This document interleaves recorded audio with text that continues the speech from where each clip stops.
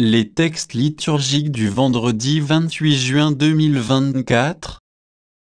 Première lecture. Juda fut déporté loin de sa terre. 2 Rois 25, 1-12. Lecture du deuxième livre des Rois. La 9e année du règne de Sédécia, le 10e jour du 10e mois, Nabuchodonosor, roi de Babylone, vint attaquer Jérusalem avec toute son armée. Il établit son camp devant la ville qui l'entoura d'un ouvrage fortifié. La ville fut assiégée jusqu'à la 11e année du règne de Sédécia, le 9e jour du 4e mois. Comme la famine était devenue terrible dans la ville et que les gens du pays n'avaient plus de pain, une brèche fut ouverte dans le rempart de la ville, mais toute l'armée s'échappa dans la nuit, par la porte du double rempart, près du jardin du roi, dans la direction de la plaine du Jourdain, pendant que les Chaldéens cernaient la ville. Les troupes chaldéennes poursuivirent le roi et le rattrapèrent dans la plaine de Jéricho. Toute son armée en déroute l'avait abandonné. Les Chaldéens s'emparèrent du roi, ils le menèrent à Ribla, auprès du roi de Babylone, et l'on prononça la sentence. Les fils de Sédécia furent égorgés sous ses yeux, puis on lui creva les yeux. Il fut attaché avec une double chaîne de bronze et emmené à Babylone. Le 7e jour du 5e mois, la 19e année du règne de Nabuchodonosor, roi de Babylone, Nabuzardan, commandant de la garde, au service du roi de Babylone, fit son entrée à Jérusalem. Il incendia la maison du Seigneur et la maison du roi. Il incendia toutes les maisons de Jérusalem, toutes les maisons des notables.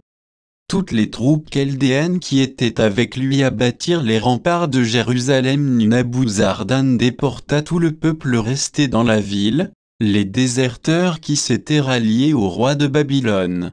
Bref, toute la population. Il laissa seulement une partie du petit peuple de la campagne, pour avoir des vignerons et des laboureurs. Parole du Seigneur. Psaume. Psaume 136, 137, 1, 2, 3, 4, 5, 6.